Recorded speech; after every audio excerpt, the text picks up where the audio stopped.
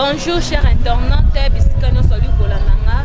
Ezanga yo wabino Mary Baker mwana moyombe oyela rabino toujours bile moko ya kitoko nde na ebisa bino bozala jamais de si na chaîne Mary Baker. La fois passée tolobela bino makambo oyo ezo se passé na mboka Kinshasa oyo tozomona nzoto na biso eza sous na valeur te. Lelo nelino subile moko ya bien. Pona nini divorce et comme il aura la taux ya dollar. Tu comprendre un peu les soutenir to kendele kana mama ya na mbele bino invité moko ya bien o ya kitoko o boko sepela na ye sénateur Benda. Bonjour.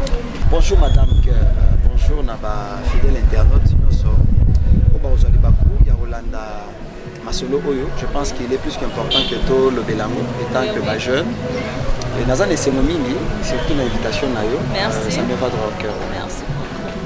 Donc, tozana pour Nabino, vous s'abonner massivement à la chaîne Mary Baker, vous n'allez jamais dessus.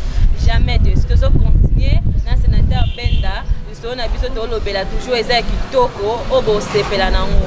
Sénateur Benda, nous avons battu. Ah, tout le monde, na Kinshasa, donc partout. Divorce et comme il y a la toya dollar, n'engezo mata. Divorce et ça sous donc éviter divorce c'est comme trop biso ba gêne au monika to balanika après 2 semaines ou 1 mois li ba les koufi ni nezo sala bongo ke ba divorce et comme trop na génération na biso. Madame Cœur, merci déjà pour la mutuna na yo. C'est une question trop pertinente parce que les autres touchés na élément de base, il y a vie, il y a Kinshasa lelo. Tout le bana Kinshasa parce que nous sommes résidents à Kinshasa, nous l'observons, nous observons makamwana de part et d'autre par proche na biso, bato bazo entouré biso, baninga na biso, parents na biso pour la plupart. Ba divorce ils a vraiment taux ya divorce ils a trop élevé que bato baza na unité. La première des choses où il faut tout la Bible dit qui trouve une femme trouve le bonheur. C'est là où le problème se pose. Moi je me suis toujours posé la question, est-ce qu'on trouve la femme avec qui Dieu a dit que vous allez vous marier ou bien ils se rencontrent? Parce que la Bible n'a pas dit qu'ils rencontrent une femme. Oui. C'est parce que ces gens-là rencontrent Kabasi na bango, rencontrent Kabasi na bango, rencontrent Kamibali. C'est pourquoi bonheur et yakate, malheur et yakate, preuve, c'est séparé. Il y a d'abord un problème. Le premier contexte où il faut il y a liboso, il y a d'abord le contexte spirituel. Oui. Est-ce qu'on a demandé la volonté de Dieu avant d'affronter telle ou telle fille? Oui. Tu vois, je suis jeune. Est-ce que j'ai demandé la volonté de Dieu pour affronter? Parce que le cœur, hein, je vais l'épouser, tout ça. C'est l'humain qui a dit oui. Mais le spirituel, le monde des esprits est limité. Bon, en fait, dans un pasteur, je suis jeune comme tout jeune. Nous observons Makambo le Kanambo Kanabiso comme je suis en train de le dire. C'est ce qui nous donne quand même l'idée. Il y a qu'au toiletter Makambo le Kana société. On n'a pas demandé la volonté de Dieu. Je t'ai vu, je vois la beauté.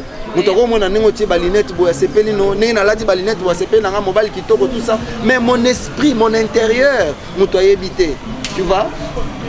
Alors, cause ya ba divorce belé, parce que tout ça la kashwa biso moko. Nous sommes émotionnels. Nous sommes très émotionnés surtout cette une belle créature devant toi parce que tu as vu l'argent. Tu vois? Parce que tu as vu que non, l'homme de ma vie, costaud, robuste, quelqu'un qui parle un bon français. Tu vois? Tu l'aimes que par la forme, mais les fonds, ils en ont tinaté. Tu vois? C'est ce qui fait que la plupart, il y a basi bakomaka déçu, Tommy Bali bakomaka déçu na sima. Tu vois? Au départ, à bombelo caractère naïe. Tu vois? À bombelo caractère, à l'ingité komi bimisa. Hein? Quand on est avec toi en relation, pendant copinage, hein? Donc je ne veux pas que tu apprennes ou tu vois comment je me fâche. Je ne veux pas que tu aies un côté faible, un côté fort, un côté mabé. Je ne veux pas garder. Mais une fois que tu as commis dans l'ibala, et comme tu vois un peu. Et ça parmi les causes, il y a divorce dans le Nabiso. L'autre chose, je parlais d'abord, premier point, et ça sur le plan spirituel. Oui. Tu vois, sur le plan spirituel, si on ne s'entend pas, il faut toujours consulter Dieu. Après avoir fait le choix, tu as porté les choix, il faut maintenant apporter ces choix-là, présenter ces choix à Dieu.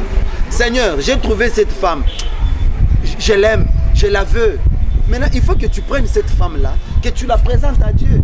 Parce que ma soeur, ce n'est pas nous qui allons nous changer. Tu peux être ma prétendante, oui. Mais ce n'est pas moi qui va te changer, c'est Dieu qui va te changer. Ce n'est pas l'homme qui sonde le cœur de l'autre, c'est Dieu qui sonde le cœur de l'homme et les reins. Tu comprends? Je t'aime, mais je dois te présenter à Dieu. Dieu a toujours pris soin de ses enfants. C'est-à-dire que c'est un projet. J'amène à Dieu ses projets. Je lui dis, Seigneur, voilà mon projet. J'amène à Dieu et ça donne. Tu vois? Ça, c'est le premier point spirituel. Deuxième point, c'est le point culturel, madame. Et là, c'est un point culturel. Quand bien même je partage l'opinion, je suis obligé de le dire étant que jeune, étant qu'encadreur, étant qu'éducateur. Tu vois? Le plan culturel est trop compliqué dans mboka na biso. La plupart des femmes sont acculturées. Tu comprends la culture à bapaya. Oui. Tu comprends? Ceux qui te rejoignent d'abord et pas na biso awa na Congo, na mboka na biso Congo. Ma soeur, imagine-toi, Yoza Muyombe par exemple. Oui. Oza na culture na yo. Musuza mungala, ana culture na ye. Ngana rozala par exemple Muswali, j'ai ma culture. Jeringa la cause à la Muluba, il a sa culture. Tu comprends un peu? Chez Bangala, pour kokosenga par exemple la pomme de main. Mungala pomme de main ezalini makata. Tu comprends? Vous allez m'excuser quand même pour le terme. Makata, pomme de main. Mais chez les Balouba, ces termes-là, c'est scandaleux. C'est un terme trop scandaleux. C'est-à-dire il y a des choses que toi, étant que Mungala, ou bien moi, étant que Mungala, Yoza Muluba, il y a des choses que Nakobi Misala Munokona, la présence à Baboti Nayo, et ça scandale. Tu comprends? Ce sont des choses que nous devons. Parce que quand on s'aime, on s'est dit être ensemble. Les deux éducations, on prend ton éducation, on prend mon éducation, alors, il faut que bunda makasi de façon que ton malaxé yango pour faire quand même unité moko et le moment aux alamalamu pour la gloire de Dieu. Tu comprends un peu? Alors, cet aspect culturel est bomaramabala et belé. Parce que au moment que et pas la biso, ceux qui moi si par exemple à Kematanga, bazu matanga ke pa na bango, et pas ba mobali, il faut mobali siko bunda lisusu aluka mbongo monsieur qui nous repesa pour récupérer moi si nae. Or, na banga les ala bongote. Tu comprends? Monsieur Olobake non, ceux qui moi c'est aboti, il faut normalement balayette maman na rosala. Chez l'autre, lui que non, ce n'est pas le cas chez nous. Tu comprends un peu? Et ça, il y a beaucoup de choses qui ont ça que l'élo, divorce et comme à l'okola, point fort pour Nabatu parce que bisomoko toyebi d'abord que ça de par nos choix, tout ça la kango malamte. Ozomona ba miso bazo salango seulement parce que je sais pour ça nitigara na bala. Nous avons des exemples. Combien des artistes tu vas oh les balles les anango course ya yo ko bala no nambula oh tu peux te marier aujourd'hui à 25 ans à 27 ans ngana fani na ngai ta musu to bandozela na tokuta na virage to ke ensemble obali no lelo après 5 ans yo ko bota menga na bali ta mususu après 4 ans ya mariage no na kotika na libala mama masi na nga juize ta musu boyo ko bota nzela moko me yo balaki avangai. Tu comprends? Il faut toujours comprendre ces choses. Le plan culturel aussi nous oblige à ce que toyebana et ça l'a permis par cause ma kasia tala nana ne onanga moko ne onanga na école na biso siko na école na biso ko bunda nudité devant baboti et ça scandale. Tu comprends? Siko ne onanga ke ndo bala mungala Joana siko e inda na palais sikoyo mobala longola tika na caleçon atelemi libana lobi ngai epai na biso bona ko bunda toko bunda toko betene alongoli bilamba atelemi libana na c'était scandaleux et kabola ba. Tu vois, il faut toujours avoir en fait ils ont interdité même dans la Bible maman nanga o take ba Samarie na ba juif ba bando bala na te bando simba te. Moïse a eu des problèmes avec Myriam et Aaron à cause de la femme qu'il avait portée. Moi, je suis au bala. C'est-à-dire, et ça va bien depuis à la culture. Alors, pour nous qui sommes aujourd'hui enfants de Dieu, il est plus qu'important que tous allons éveiller dans côté wana. Nabali mungala, il faut ce qu'on a étudié. To fanda to solo la siko. Chérie, ngana mutu à Congo central. Yo amutu par exemple ya bandu. Tala et pas na bino pas na biso ngezala. Ngana mutu était là. Mungala. Tala pas na biso ngezala pas na bino. Comment vivre dans Kibomoko parce que ce que Dieu a uni, personne ne peut les séparer. Tu vois. Et aspect moral. Les lobana basi ebele ba komi acculturé na sens ya que je commence à prendre la vie à télévision bilo on a bien ba série télévisée novelas tu vois, c'est-à-dire moi j'ai besoin que mutuana azalaka na novelas, je veux vivre comme bango eza série eza ba eza juste pour na ba mission eza divertissement, pour na bango eza musala, tu comprends. Cet aspect est très compliqué, tu comprends. Moral les autres baby ça bana basi ebele bazo zo télévision ba ko tsango na mabala, tu comprends.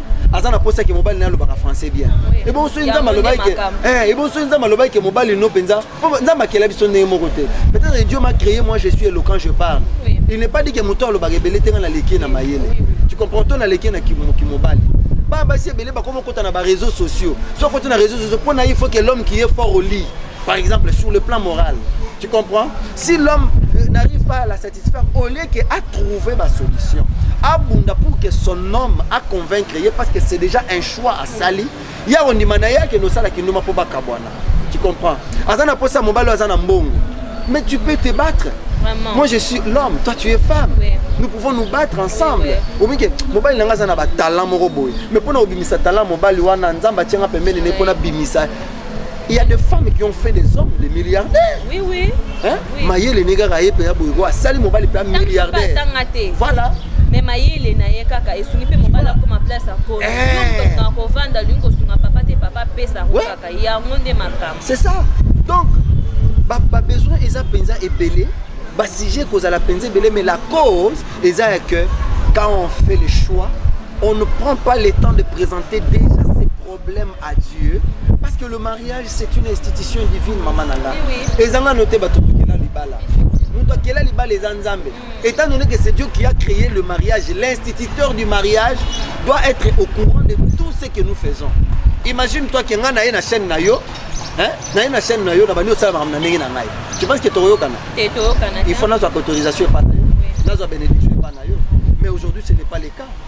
Bah jeune belé ba comme a comme na posa na yake to buka lelo lamba lelo na lingio lelo to sila na kana voilà ça dit to kutani na victoire to suki na capella moi taba moi so to silisi to ke to sali bolingo et tant to sala bolingo après aux uizemi so uizemi ozongelinga tu vois na uizemi pas oye pananga tant oye pana tu n'es pas la femme de ma vie mais par erreur par mes émotions et qui bolenge na zente yo pas esili to kabwani cause toujours créer to nyoko la milieu moi bato parce que moi nana tango to robot ingana aussi ko to kabwana l'enfant ko telengana ngo bana ba komi to ba fazer ba komi ebele donc et comme parmi ba cause bana msuba ba ndokité voilà ça papa na maman ba seli du ba kabwani moi na komi telengana mambe komi belé moi to so na âge à 12 ans na nini papa la maman bo sala ki ba show na bino bien té non seulement ba sala ki choix bien té ba présenter ka projet na bango pas nzambité le lobby ce qui nous unit est plus fort que ce qui peut nous séparer. Si c'est Dieu qui nous a unis, qui peut nous séparer sur cette terre des humains? Papa c'est la terre suko et là on a un nana donc on appelle na ba pasteur pe ba divorce on a pe commis trop même na ba sala nzambe pe to zo monde mambo commis le roi frère Mike na pasteur Mike pardon na sœur Peniel tout le monde m'a ambassade na YouTube mam na bango nyonso le kaka na YouTube to mona mam na bango to sa ba sala nzambe na nini te bango ba rola exemple biso pe to la en tout cas mama tikana panzana no nguma libumu jeringa la na Manix Kemolo vous allez m'excuser na le belano likambo en fait nazo penza occasion te ko le likambo bolimbi sangai je ne défends pas le frère Mike parce que naza mobali je ne défendrai pas la sœur Peniel parce que azamwasi ozomona je la dois beaucoup du respect en tant que femme. Oui. Mais excusez-moi de vous dire que na kaoyo parce que vous soulevez kawana. Je suis en train de constater une immaturité très élevée en commençant déjà par le père de la femme. Papa pasteur au décevoir Bissot. Bissot toi jeune vous nous avez encadré à l'église Bethel. Vous nous avez encadré, vous avez fait la honte de l'église. Ozomona. Frère Mike Akero ça la choix. Asali choix à Lingui Peniel. Peniel doit se soumettre maman. Chez les Balouba, mobile azalaka sacré, liba les a sacrés. Oui. Chez les Balouba, liba les a sacrés maman. Tu ne peux pas prendre les histoires de la maison au tania on a réseaux sociaux. Même si l'homme, biso to maman na biso, papa na biso moni papa maman kangi papa en flagrance délit. akangi penza papa boye na mwasi biso bana toyeba te na butu mama na papa babunye na chambre kuna biso toyeba te omona kana tombe mama liso evimbi tango so botuni mama liso mais Peniel nous a fait voir que basi ya baluba baza ba immature sauf ma mère parce que ma mère a tenu la maman de Jeringa a tenu la maman de Shadrach Balabé a tenu Kalamba ya botamaki pas Monique. Moi je ne suis pas là comme son défenseur. Kalamba ya botamaki pas Monique. Maman Monique a tiré là pour divorcer. Tu vois Kalamba ya Olanda nani. Tu comprends? Maman ya Peniel a divorcé, Peniel a landi nani. Le problème est que nous devons apprendre à gérer nos affaires. C'est là où je condamne le frère Mike qu'il n'a pas demandé la volonté de Dieu avant qu'on linga Peniel. Parce que comme ça Olanda ka beauté. Et ça pour nous Olanda beauté, selon ma information notre possession babi que non via banane oluka Mukanda. Or Kalamba c'est une star. Maman, ngai na bongola motema na nzembo Mike Kalamba, je vous dis en 2008. Je l'ai dit à la télévision aujourd'hui. Na pesa bongo inanga na yeso travers nzembo Kalamba. Toi tu ne vas pas me dire que c'est Dieu qui a appelé Kalamba au ministère, à vous allez incapable de passer Mukanda. Et ma spéculation de temps la biso toyoki yango. On n'a pas le temps de colonder la makambo na nyonso, mais nous demandons quand même sur le point oh senyenga ya Mike Kalamba na zo occasion de lobela moté. Na linga lobela moté parce que Peniel azo énervé biso akisi biso soni, akisi basi na biso soni. Akisi bande ko na biso basi soni parce que tu ne peux pas imaginer que une femme de son état ozala ki mwasi ya musala nzambe. Ce qui est prévu ya divorce yeli yo. Au moni makambo ndenge interprétami à travers le monde. Il fallait qu'il soit nous kimia. Mais tous les jours, on est na Instagram. Avec ma frère Fali. Non.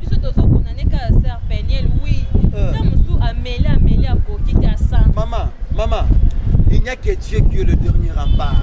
Kalamba yaza musala nzambe, yaza créature ya nzambe. Tu comprends? Kalamba yaza créature ya mututé. C'est Dieu qui a créé Kalamba et est capable de changer la vie de Kalamba. Combien de fois cette femme là s'est agenouillée pour demander à Dieu, Seigneur, tu m'as donné maintenant cet homme. Ah, maman, tu es sûr que Dieu peut être limité dans la vie à moi? Qu'on a la limité par rapport à ces circonstances, vous voyez l'amour. Et tant qu'on va divorcer, qu'est-ce que Dieu a perdu? Il est resté Dieu, échangé. Donc c'est pour vous dire que Madame Peniel a échoué dans la mission. A échoué déjà dans la mission. Elle ne pouvait pas passer à la télévision pour créer. Tant que Kalamba qui est notre chéri, aller à la télévision pour créer sa vision. Si on a dit, na divorce sur la télévision. On n'a pas le temps. Et je regrette, je suis vraiment indigné. Papa Chibassou ne nous a pas aidé, le pasteur. Allez qui la télévision, dans les réseaux sociaux pour nous nous attendions à ce que papa fasse sa banne. Attention, Kalamba est un démon. Kalamba n'est pas un sorcier, il n'est pas un démon. Azana a faiblesse comme Batunion, surtout comme Awa. Mais il ne fallait pas passer à la télévision et taler ma faiblesse. Si vous comme on est dit, hein, moi ils allaient les moroboy. Ah, na fandi ba jour rebelle na l'équité. Tika na les gars à taper un problème. Si moi na Kalamba ya Beli, azana un problème à colonne vertébrale. Et talibiso na ni ba mon réseaux sociaux. Je vous dis, maman. Tant que je aide, Kalamba zo somba banda na Kinshasa. Kalamba zo somba mituka. Frère Kalamba ya pesa. Eza lokuta. Connaissant Kalamba, nous sommes journalistes, nous sommes investigateurs. Le frère Mike Kalamba, il ne peut. Ceux qui babiso yo, batuanzela Kalamba zo kabela bangombong. Beaucoup de papa Mike Nanzela, pas Mike transport, on a mis $50 à payer. On peut Vivette Kalomba Loba qui voilà. Kalamba, biso ba journaliste na kena challenge na eka boy ka téléphone ka boy pas na filmer na asili selang. Zo apeti na fait ya pesi $100. Siko moi no aboti na makila na ko boy aboti. Bien pesa été yango asei aide bat basunga e moi na leka na opération. Mais ayeba les réseaux sociaux et tout la kate. YouTube et tout la kate. Un jour bana wana bakomituna. Bakotuna maman osala boy pona nini. Il faut qu'il y ait la nzambe. Peniel n'a pas encore Dieu. Il faut que la nzambe. Si moi j'étais le frère de Peniel, hein, ce qui grand frère na ngana biseki maman zonga lisu na ban. Apprends parce que cette école qui 5 ans de mariage. Hein? Vous avez 5 ans de mariage. Vous avez ma nabino. Après, et comme il y a les réseaux sociaux, moi je pense que pour na Mike Kalamba, vous ne pouvez pas liboso ça ni et quoi isanga. Yambala oyo na osimba tata na osimba tata na misapi ata na manzaka pour na tingama. Donc il faut que le frère Mike Kalamba ait beaucoup de courage, mais prochainement ça va ça la choix qu'il demande d'abord la volonté de Dieu. Maman Peniel, nous on ne te condamne pas du tout, mais tous on a des bisalé. Ba conseiller no ba osunga yote. avec le temps, tu n'as pas 35 ans. Mais quand tu auras 40 ans, quand tu auras 50 ans, tant qu'on commence à la maturité à maman, on va regretter ma camion sur ça. La personne qui t'envoie, c'est le diable. Et le diable qui t'envoie à regretter un jour pourquoi à Tindayo que ça la makamwana. Donc, moi je pense que par rapport à ma divorce, na vie. Bon, sénateur, non, tu n'as pas le combat, il y a pasteur Moukouna. Non, avec Pascal. Non, problème à Moukouna. D'abord, Moukouna Bakangi, Azano na ba dossier. Toko le venant makam. Invitez-moi prochainement na dossier à Moukouna, na expliquer yo. Parce que le dossier à Moukouna, je suis le mieux informé na dossier à Moukouna. Comment Kabwana na Mwasina. Ba pasteur basé belé ba divorcer. Ozomona. Parce que tu as un exemple à nani. Pasteur Barouti a divorcé. Papa Nkelani a divorcé. Oui, papa Nkelani. Oui, papa Nkelani. Ah, les patriarches, c'est-à-dire, Moukola va pasteur tout. Na minito, papa Nkelani. Il a 86 et 89 ans. À côté de 90 ans. C'est ce qu'il en a déjà. Ozomona. Papa Nabiso Nani Jacques Vernon. Si a Koufa divorcé. Aïdi Nabala divorcé. Donc, et ça, c'est juste la réalité parce qu'on ne sait pas faire le choix. Parce que Dieu avait agréé, et ça culture, les morale. Tant que juriste, journaliste. Il y a des termes par exemple, tu es lâche. Tu es lâche dans un terme juridique, c'est normal, toi tu trouves que c'est l'homme qui n'est pas arrivé. Mais maintenant, on trouve petit manquer un respect, tu vois, ça crée une fissure dans le mariage. Donc, il faut toujours demander la volonté de Dieu au premier lieu. Après, quand tu as la culture, qu'on se recadrer, trois, qu'on travaille sur le moral. Donc c'est tout ce que je pouvais dire par rapport à ma question. Merci sénateur Benda. Et Babi Lelonde Makambo. Et vous abonnez massivement à la chaîne Merry Baker. Vous n'allez jamais décis, jamais décis. Moi la Muyombe. Oh le bas toujours qui toque. Mais Muyombe tant on va la muluba. Baye ba kofan de sika moko. Ba solo la. Oh ba pate to boy. Biso ba yombe to lo ba boy. Biso ba luba boy. Ça la respect. Ça c'est bien, ça c'est bien. Maintenant on va la siko mungala. Mungala ko yebiso ke iko kelo kendo. Ngai na bundaka na bilamba te na longoli bilamba oh ba parents ba moni boy. Merci ba fay na ngatu balinga Merry Baker donc tozana pona bino bino to sala biso tozala. Na mle bino sénateur Benda le blabla makambo ya kitoko. Sénateur na bana ba pesa no ko pas sénateur na ndenge ni. Sénateur, tuna manix. Tuna ndeko elezeba. Bato ba pesa ngakombo ya sénateur wana baebi musala biso to musala. Donc, ils ont bandé mon avis sur la Belgique. Je suis sénateur de la jeunesse congolaise parce que j'intervenais trop sur ma jeune reportage. Ils allaient trop liés. Maman Nathalie Moussibou depuis les États-Unis maintenant. Je suis sénateur Benda. Donc, ngana lobaki ngana Chine vient na Chine Rambo na ba deni kamba to win-win. Ngana na ba immunité na déjà population ba to pesa ngai. Nana marambote ono quelques députés provinciaux ba ke voter ngala na tinate. Tina okoma na kati kuna population ba yotika ngapuna. Donc, sénateur et ça n'a pas cité Nabatou. Manix Kembolo a été sénateur Benda. Donc, Manix Kembolo Moutoroye va expliquer bino, mais elle est na TVT. Merci Naba Fay Nangai, merci maman. Sénateur, n'a vu que aux abattements, Olinga Mingi, au Pesabambote, au Basalara, au Peposa, début qu'un zame Mtasala Mutwaza, mais au Asungara, au Dam, monsieur Moyebi, Minga, au Kota, au Tavne Zate, au Pesabambote. Nabosenga na ba internaute. Pas soutenir vision à pesa moninga sourire. Il y a ndeko Eliezer Tambo. Koti ndambongo notala au moins na minito ngana chrétien. Pas pasteur. Somo. Koti ndambongo koti ndaba bien na bino et pas ndeko Eliezer. Moi na kolo lopango il est ici à Kinshasa. Appelez les bola d'émission Masolona député. Bola na émission il y a Son de Gamaliel, c'est moi-même le présentateur. Pasteur. J'aime trop les pasteurs. Bolanda émission Son de Gamaliel na Offline TV. Offline TV et la chaîne Nabiso vous s'abonner massivement. Non seulement que vous s'abonner na Offline TV, vous s'abonner na chaîne Nabiso. Merry Baker, vous s'abonner massivement, vous partager, vous aimer, vous liker. C'est tout ce que nous attendons de vous. Déjà un grand merci à tous les enfants. Bateau à Dar es Salaam. Bateau à France, ma peine de tout na moye qu'on a pas rendez-vous na Offline TV. On a ba intégralité, marambo belé. Il y a sénateur Benda, maman Nathalie Moussibou depuis les États-Unis, Marlène Bouye en Afrique du Sud. mon papa depuis Canada, papa Zainabou Penge et Tiffany Mokwa aussi, Kolo le Nazarene TV na linga komingi, papa Max fait apo Ipan, Manix Kembolo na Fiston Boko. Babi Manix ndema. C'est lui le réalisateur hein. Ah mouké mais moi na mayele ne mayele. Na Jeringa Langala Mulume. Il y a la mukuse mais muluba. Il y a divorce. Donc il y a ce bengi au fani se place Nazar on peut ce expérience à divorce. Pour jeune wana à divorcer on les kana pas marié. Donc na suki wana merci na Al Supreme depuis Matadi. Merci beaucoup. Merci à mère spirituelle maman Bichou Folosinga. Merci na Fabrice Kalandi depuis Italie. Bah gros bisous. Merci na Emmanuel Ngoyi biscuit so landanga yanga bino mairie bakia moi na muyombe. Merci à ma fille chérie Pierrette Ntoko Quintala. Merci à ma copine privée Richesse Kaka. Moi ça pembe. Pardon, qui c'est loco. Pour soutenir vision, moi caméra au sala kitoko, moi micro, et vision à Sika. Hein? Soit numéro Izawana, moi compte na Western. Bino bolinga utinde la kaba to ba ko sarabi. Bolinga so jomo ba ko sarabi no na sanzaki makila ba beta ki ngawana botini mbango. Voilà la vision pour soutenir yango. Nous avons besoin de vos desiderata. Hein? Moi tu es que ça la bien qui asomba ma caméra na poto ba caméra za nango cherté.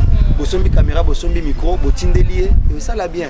Donc c'est ce que je voulais ajouter. Merci beaucoup. Merci Arnaud Kebol Sambo depuis France. Bah gros bisous. Nalinga bino mingi. Donc bino nous bossa la pona zala. Quand ndenge sénateur lobby, moi ni na bino ça la ngamo bien, ça la ngamo grande fille et ça la ngamo bien. Merci na na Archil. Bah gros bisous biscuit sur Rolanda. Merci na Fayan Dombele depuis Matadi. Yanga bino moi na Matadi yo na Katakin. Donc bossa abonner massivement na chaîne Mairie Bakia. Merci à Christian Kapanga la départ ici. Merci à Jacques Chamba, le king des parfums ici. Merci à mon président Vini. Vini, il y a le Bolingo. Merci à mon président Vini. Na lingi bino trop, vous s'abonner massivement à la chaîne Mairie Bakia. Vous n'allez jamais dessus. Jamais dessus. Moi, je suis ça bien. Donc, vous s'abonner. Merci à tous pour l'anda biso partout. Donc, vous bino Mairie Bakia. Vous s'abonner à la chaîne Mairie Bakia. Vous n'allez jamais dessus. Merci. Vanessa Capège.